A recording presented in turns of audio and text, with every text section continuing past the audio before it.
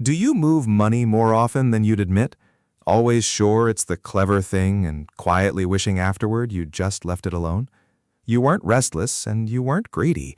You were doing what a world full of alerts and forecasts trains you to do, mistaking motion for progress. And underneath it, if you're honest, sits a small fear that the calm, boring fund you hold is really just laziness wearing a respectable coat, and that somewhere smarter people are doing something cleverer while you sit still. So tonight, gently, let's look at whether that fear is telling you the truth. We'll walk through what 3 decades of data actually say about doing less, the arithmetic of costs, the handful of days you can never predict, the honest case where this approach genuinely fails, and what quietly protects you from that failure. You won't leave with a tip to act on. You'll leave, I hope, a little calmer about the fact that you've mostly been doing nothing. Let me start with a picture the brief handed me, because it's the whole story in miniature. 2 people begin investing the same year, on the same paycheck. The first treats it as a craft.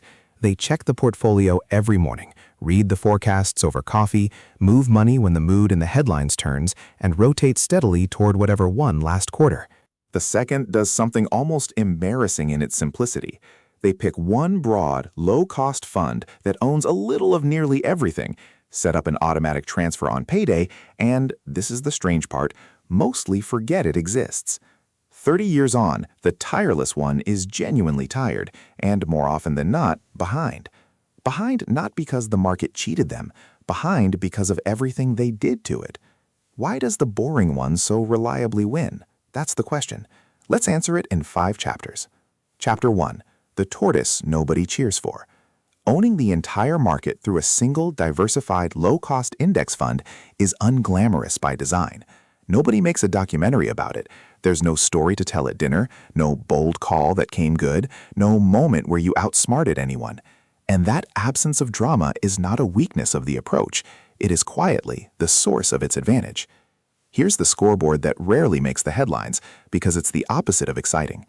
Standard & Poor's runs a long-standing study, the SPIVA reports, that simply asks, year after year, how professional fund managers did against the plain index they're paid to beat. Over the long windows, 15 and 20 years, the answer is remarkably consistent. Roughly 9 out of 10 actively managed U.S. stock funds fall short of the index they're measured against. Not 9 out of 10 in a bad year. 9 out of 10 over the kind of horizon you're actually investing on. Let me put a sharper edge on that, because it's easy to hear a statistic and let it slide past. In 2008, Warren Buffett made it personal and public. He wagered $1 million that a plain S&P 500 index fund, the boring one, the tortoise, would beat a carefully hand-picked basket of hedge funds over the following 10 years. These weren't amateurs on the other side. They were some of the most expensive, credentialed, hard-working minds in finance, given a decade to prove that effort and cleverness are worth paying for. By the end of 2017, the index fund had compounded at about 7.1% a year. The hedge funds averaged around 2.2%. The clever, expensive money didn't just lose, it lost badly, and it lost to the fund that did nothing but hold the whole market and wait. So sit with what that scoreboard is really saying, because it's the opposite of what your instincts insist. When you own everything cheaply, you are not settling for average. Over decades, you are quietly beating most of the people who are trying with all their intelligence and all their information to beat you. Stop measuring your investing by how much effort it demands or how alert it keeps you. The effort is the tax. Which raises the obvious question, if the professionals mostly can't outrun the index, where exactly does their money go? Follow the fee, and the next chapter opens on its own. Chapter 2. The toll booth on every dollar. This was one man's life's work. Jack Bogle launched the first index fund built for ordinary savers in 1976, and then spent the next 40 years repeating a single unglamorous idea he called the cost matters hypothesis. It fits on a coaster. In investing, you get what you don't pay for. In almost every other part of life, paying more buys you more. In this one corner, paying more reliably leaves you with less. Fees are dangerous precisely because they look harmless. A single year's charge sounds like a rounding error, the sort of number you'd feel silly worrying about. But you don't pay it once. You pay it on your entire balance, every year, for as long as you're invested, and it comes straight out of the compounding that does nearly all of your heavy lifting. Let me do the arithmetic out loud, with real figures, so it stops being abstract. Picture one saver who puts $10,000 into a broad index fund and leaves it there for 40 years. Say the market delivers 7% a year over that stretch. Not a promise, just an illustration drawn from the long history. $10,000 compounding at 7% for 40 years grows to roughly $150,000.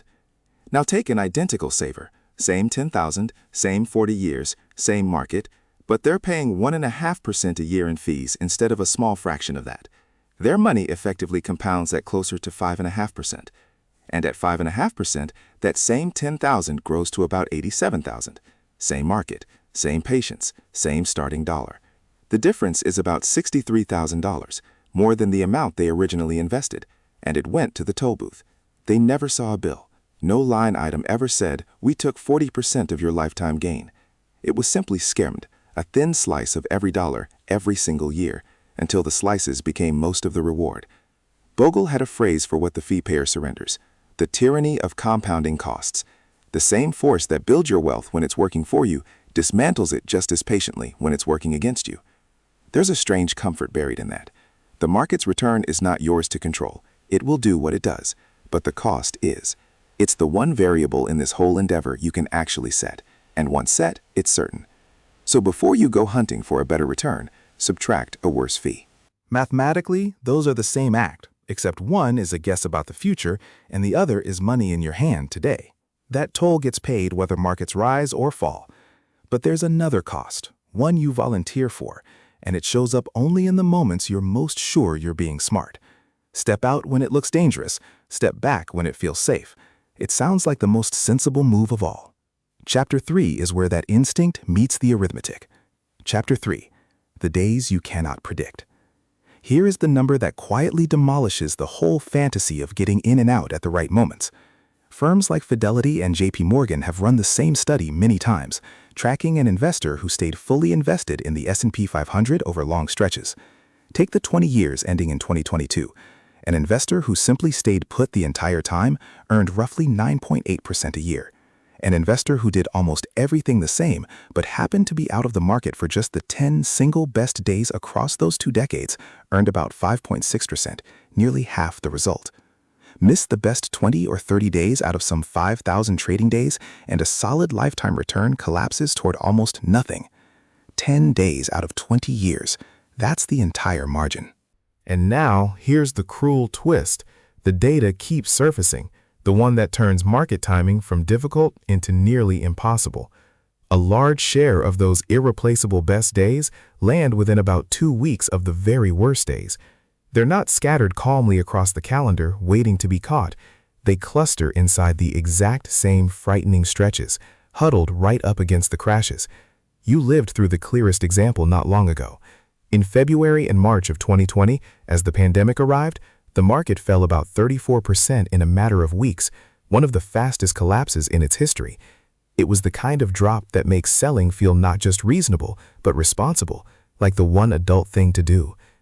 And yet, threaded right through that same panicked stretch were some of the largest single-day gains the market has ever recorded.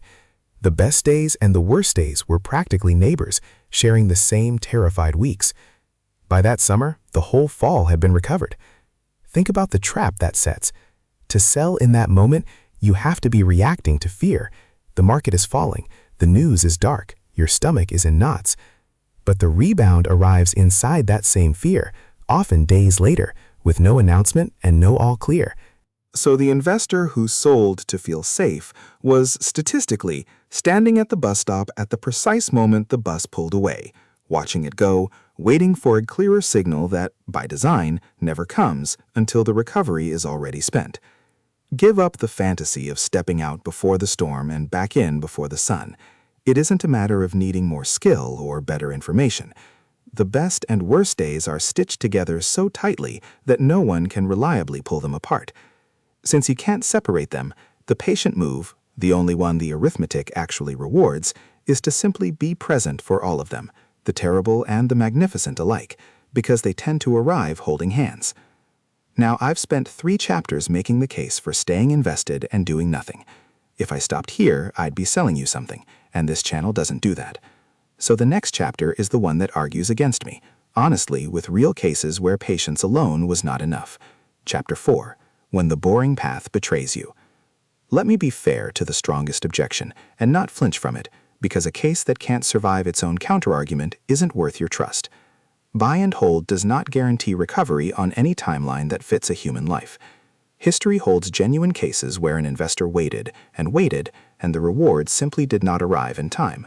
If someone tells you patience always wins, they're selling comfort, not truth. Consider Japan. At the end of 1989, the Nikkei 225, the main index of Japanese stocks, peaked near 38,900. If you had bought at that top, convinced that staying the course was the wise and disciplined thing, you would have waited about 34 years to see that level again. It did not durably return until early 2024. That is not a rough patch.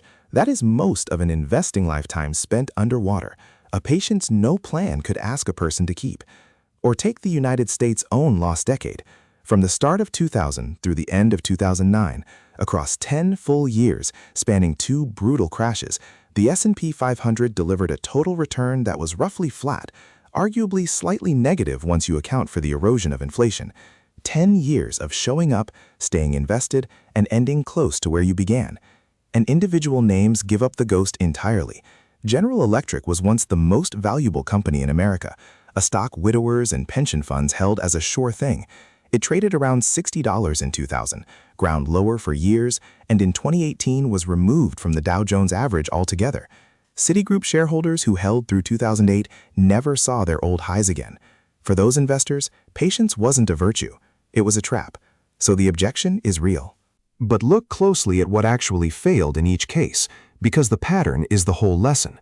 The failure wasn't patience. It was concentration wearing patience as a disguise. The Nikkei investor wasn't holding the world. They were holding a single country at the height of a national bubble. The GE and Citigroup holders weren't holding a diversified index. They were holding one company, betting a life savings on a single corporate story that happened to end badly. None of these were a globally diversified, low-cost basket left to compound. They were bets that merely looked patient from the outside. And that tells you exactly what the defenses are, and they're as boring as everything else here. Own the whole world, not one nation, so that no single country's lost decades can define your entire outcome. Match your time horizon to your money, so you are never forced to sell at the bottom to pay next month's rent. And hold enough in safer, steadier assets that a bad stretch arriving near your retirement, what the field calls sequence of returns risk, the plain danger of a crash landing in the years you actually need to withdraw, cannot end your story before it's finished. The lesson isn't that patience always wins. It's that patience needs diversification and planning to lean on, or it can be led straight off a cliff wearing a calm expression. Hold your conviction and your humility in the same hand, which leaves one thing still unaccounted for. If the strategy is this simple and the defense is this plain, why do so few people actually manage to follow it? That's the last chapter, and it's the hardest one. Chapter 5, The Discipline of Enough. The difficulty here was never the strategy. You could write the whole thing on a napkin in under a minute. Own everything, keep costs low, diversify globally, match your horizon, and then leave it alone. A child could follow the instructions. The trouble is the temperament it takes to keep following them, year after year, while the world around you is loud with people who all seem to be doing more, knowing more, moving faster. Picture a farmer planting an orchard, and I'll let this be the one such image, because the truth of it is worth the room. There's a burst of real work at the beginning, clearing the ground, planting the trees, laying the irrigation. And then there are years, long ones, when the most disciplined thing to do is almost nothing at all. Don't dig up the roots to check whether they're growing. Don't tear everything out each season to plant a trendier fruit you read about. Don't panic in the winters when the branches look bare and dead, and a neighbor swears you've wasted your land. The neighbor who keeps uprooting and replanting, forever certain the next variety is the one, never lets anything grow deep enough to bear. Compounding is that same quiet act of restraint. Across its long history, the U.S. market has delivered something close to a 10% average annual return. Again, an illustration of the past, never a promise about your future. To those who simply stayed in their seats through the crashes, the panics, and yes, even the lost decades. And with the same consistency, it has punished the impulse to be constantly clever, the tinkering, the in and out, the rotation toward last year's winner. The boring investor's real skill was simply the ability to sit still while every instinct and every headline screams that stillness is negligence. So redefine one last time what it means to do something. On the great majority of days, the wisest action available to a long-term investor is unglamorous almost to the point of feeling wrong. Add a little, change nothing, and let time perform the work that no amount of your attention ever could. The doing is in the not doing. That's the part nobody applauds, and it's the part that works. So let's return to where we began, to you, moving money you probably should have left alone, and to that quiet suspicion that your patience was really just laziness in a respectable coat. I hope tonight rearranged that a little, because look back over the ground we covered. 9 in 10 professionals, with every advantage, fall short of the boring index over the long horizons. The toll booth of fees can quietly take $63,000 from a single $10,000 seed without ever sending a bill. The market's best days hide inside its worst weeks, so the price of avoiding the pain is missing the recovery. And where patience did fail, it wasn't patience that betrayed anyone, it was concentration. And the fix is the same unglamorous diversification we've circled all night. What looked like laziness was the one discipline the tireless investor never managed to learn. Boring, it turns out, isn't the absence of a strategy. It is the strategy. Low costs, broad ownership, a horizon you can wait out, and the calm to stay seated while others rush the exits and the entrances both. All those mornings you felt behind for not trading, not chasing, not optimizing, you may have been doing the single most powerful thing an investor can do, which is to let a good decision compound undisturbed. If one idea here settled something in you, the toll booth on every dollar, the days you can't predict, or the discipline of enough, I'd genuinely like to know which one landed, so leave a comment and tell me. And if a slower, calmer way of thinking about money is what you've been looking for, consider subscribing and staying a while. There's no hurry here. That's rather the point.